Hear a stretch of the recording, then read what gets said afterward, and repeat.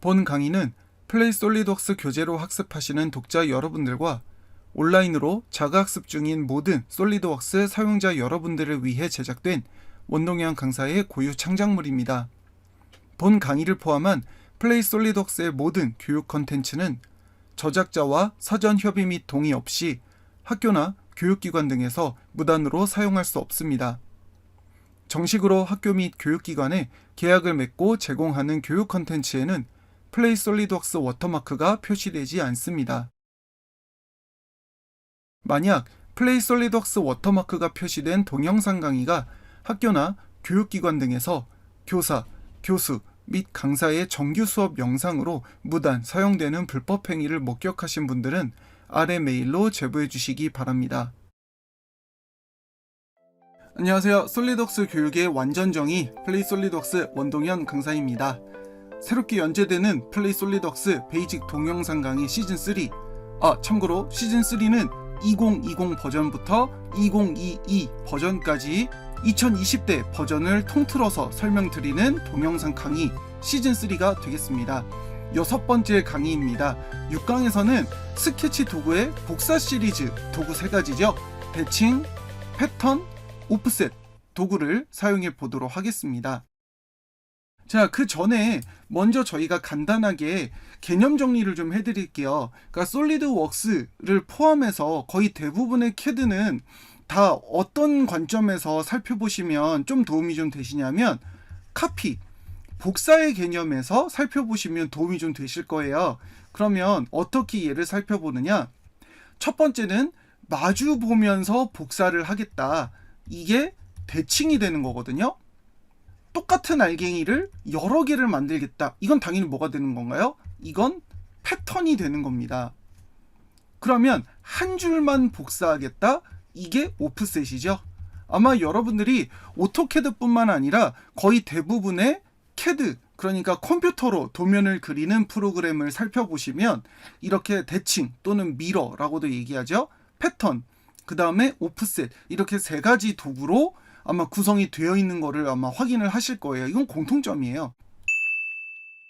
자, 그러면 세 파트, 세 문서를 실행하시고 정면에서 저희가 샘플 스케치를 하나를 그려서 먼저 대칭 복사 도구를 설명을 드리도록 하겠습니다.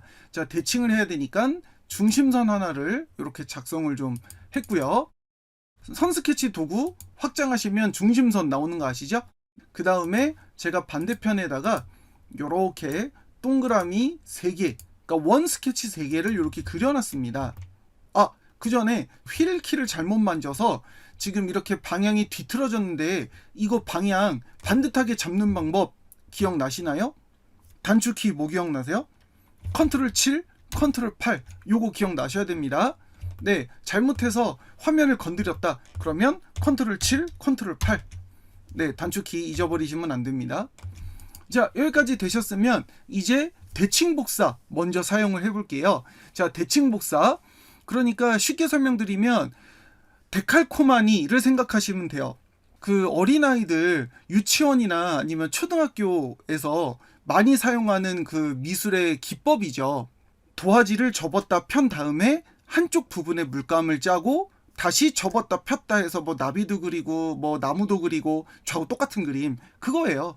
자, 요소 대칭 복사, 자, 도구 먼저 실행해 볼게요. 그러면 첫 번째 칸에는 대칭 복사할 항목이라고 나오죠. 이 부분에 이제 물감이 될 부분을 선택해라 라는 얘기예요. 일일이 낱개를 선택하면 너무 오래 걸리니까 저희는 드래그를 해서 일괄적으로 선택을 해도 된다 라고 하는 거. 내가 작성할 대칭하고 싶은 요소만 선택이 되겠죠. 그 다음에 별도로 대칭 기준의 항목이 있죠. 이 대칭 기준 항목에다가 중심선을 선택해 주시면 바로 어때요? 미리 보기 나오고 확인 버튼 누르면 복사가 되죠. 근데 이제 오토캐드하고 조금 다른 점이 뭐냐면 어때요? 네, 대칭할 요소가 대칭된 요소하고 여전히 대칭 관계를 유지하고 있죠. 네, 이게 좋은 점. 그래서 우리가 치수를 입력할 때 원과 원의 거리값이 50이다. 그러면 정확하게 중간까지의 요소는 25를 유지를 하게 되는 거죠. 자, 중심선 하나를 새로 한번 세워 보실까요? 자, 중심선 하나 그려 보시죠. 그 다음에 제가 여러분한테 꺼내서 알려드린다라고 했던 도구가 한 가지가 더 있죠. 동적 대칭 복사라고 하는 거. 이 동적 대칭 복사 도구를 한번 사용을 해볼 건데요. 이 동적 대칭 복사는 여러분 교재에 몇 페이지를 보시냐면 128페이지 한번 보실래요? 교재 128페이지에 보시면 동적 대칭 복사에 대한 설명이 나와 있습니다. 그래서 중심선의 양 끝에 등호 표시가 된대요. 그럼 저희도 한번 해볼까요? 동적 대칭 복사. 그 다음에 스케치 요소를 선택하시면 위아래 등호 표시 나오는 거 보이시죠? 그러면 지금 중심선을 기준으로 좌우가 대칭 복사 상태의 환경이 먼저 만들어졌다. 이렇게 되는 거예요. 그러면 보실래요? 반대편을 그렸을 때 알아서 작성이 되는 거. 이게 동적 대칭 복사의 가장 큰 특징이 되겠습니다. 그러니까 대칭하고 싶을 때 먼저 대칭할 환경을 만들어 놓고 한쪽을 그릴 때 반대편이 실시간으로 한꺼번에 같이 그려진다. 이렇게 보시는 거죠.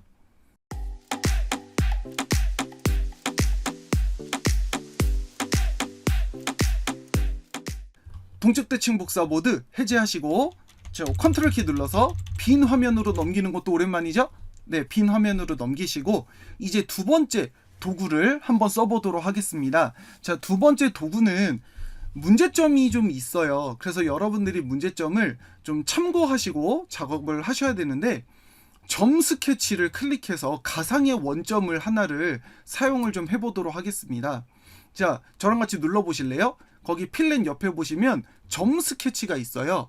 그 점 스케치를 빈 화면에 클릭하시고 왼쪽 옵션 창에 보시면 고정이라는 항목이 있습니다. 그 고정 버튼을 눌러서 네, 지금 이 현재 점은 고정 상태로 추가가 되었습니다. 그리고 ESC 누르신 다음에 이 점은 흔들리지 않는 이제 가상의 원점으로 제가 사용을 할 거예요. 자, 샘플 스케치 하나를 완성을 한번 해보겠습니다. 자, 어차피 선형 패턴, 원형 패턴이 같은 원리이기 때문에 저희는 네, 가로 세로 사각형 하나만 이렇게 작성을 하시고 이 완전정이 된, 그러니까 완성된 스케치를 이제 패턴을 좀 해보도록 하겠습니다. 준비되신 분들은 갈까요? 자, 여기에서 스케치에 선형 패턴, 어쨌든 스케치 패턴은 선형, 원형, 그러니까 가로 세로로 복사를 할 것인지 원형으로 복사를 할 것인지 두 가지밖에 없어요. 자, 선형 패턴 눌러보겠습니다. 그리고 나서 왼쪽 옵션에 보시면 X축, Y축, 어쨌든 2D 평면에서 작성을 하는 도구들이기 때문에 일단 축은 이렇게 결정이 되어 있습니다. 그리고 간격도 네, 입력이 되어 있는데 아직은 미리 보기가 안 나와요. 왜냐하면 패턴할 요소를 선택을 안 했기 때문에 미리 보기가 안 나오는 거거든요.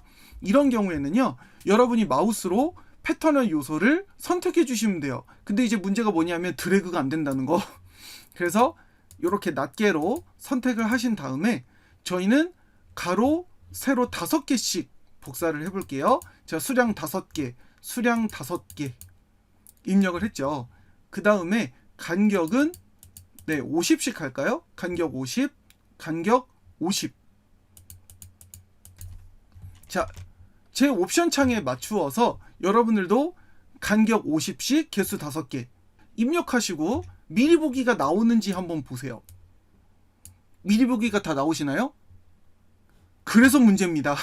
그래서 문제예요. 미리 보기가 다가 아닙니다. 특히 이 패턴에서는요. 왜 문제냐면 확인 버튼을 한번 눌러보세요. 제가 왜 문제라고 설명을 드렸냐면 여러분들의 스케치는 파란색으로 나오면 안 돼요. 저희가 다음 시간에 설명을 드릴 거지만 여러분의 스케치는 파란색이 되면 안 됩니다. 마지막 세 번째 복사 시리즈 오프셋 도구를 써보도록 하겠습니다. 자, 요소 오프셋 도구 찾으셨죠? 자, 선택하겠습니다. 그리고 나서 왼쪽 옵션 창에 보시면 이제 오프셋 간격, 그러니까 한 줄만 복사를 하기 때문에 한 줄 복사에 대한 오프셋, 그 간격 값이 나와 있죠. 자, 이 간격 값을 저희는 20만큼 치수를 좀 놨습니다. 그 다음에 여러분들이 마우스를 클릭하시면 이 오프셋 복사가 어느 방향으로 오프셋이 되는지를 파악하실 수가 있습니다. 지금 여러분들이 치수를 입력한 바깥쪽으로 복사가 되고 있죠. 옵션 창에서 반대 방향을 누르시면 안쪽으로. 이게 굉장히 중요해요. 여러분들이 오프셋, 특히 오프셋 형상의 치수를 작성하실 때 치수가 나와 있는 부분이 안쪽인지 바깥쪽인지에 따라서 이 형상이 바뀌기 때문에 특히 오프셋 스케치 작성하실 때는요, 치수의 위치 그리고 오프셋의 방향 구분 잘 하셔야 됩니다. 저희는 바깥쪽으로 오프셋 복사가 되게끔 위치를 잡았습니다. 그 다음에 여러분들이 그 아래쪽을 보시면 양쪽 방향이라는 옵션이 있어요. 그러니까 이거는 아마 솔리드웍스에만 사용되는 오프셋 옵션일 겁니다. 체크를 한번 해보시면 양면으로 오프셋을 작성하실 수가 있다는 거. 그럼 여러분들은 저한테 질문하셔야죠. 그러면 20이면 이게 토탈 20인가요? 아니요, 이거는 한쪽만 20이에요. 그러니까 전체 두께를 20으로 놓고 싶다라고 하신다면 치수 값을 얼른 수정을 좀 해주셔야겠죠. 그래야 한쪽 10, 한쪽 10 이렇게 해서 토탈 두께 20 이런 식으로 치수가 들어간다, 그렇게 보시면 되겠습니다. 그 다음에 그 밑에 요거까지 설명을 좀 드릴까요? 양면 마무리 옵션이 있습니다. 이게 좀 재미있는 도구예요. 양면 마무리. 그럼 보이세요? 양쪽 끝 안에 까치바라는 거, 열려있는 선으로만 작성을 했다가 나중에 뚜껑을 닫아도 되지만 아예 오프셋 작업에서 양면 마무리 도구를 선택하시면 어때요? 직선으로 다이렉트로 닫아서 스케치를 완성하시거나 아니면 끝단에 원호를 달아서 둥근 형상으로 오프셋을 마무리를 하실 수도 있다는 거죠. 활용도가 굉장히 높죠. 그런데 여기에서 이제 여러분들한테 팁을 드리는 거는 저희가 마지막 옵션에 베이스 지오메트리까지 팁을 드리면, 지금 베이스 지오메트리는 어떻게 되는 거죠? 베이스라는 말은 가장 속에 있는, 여러분들이 복사하기 위해서 처음 작성했던 스케치를 점선, 보조선으로 비활성화를 하고 바깥쪽만 실선으로 바꾸겠다라는 옵션이 되는 거죠.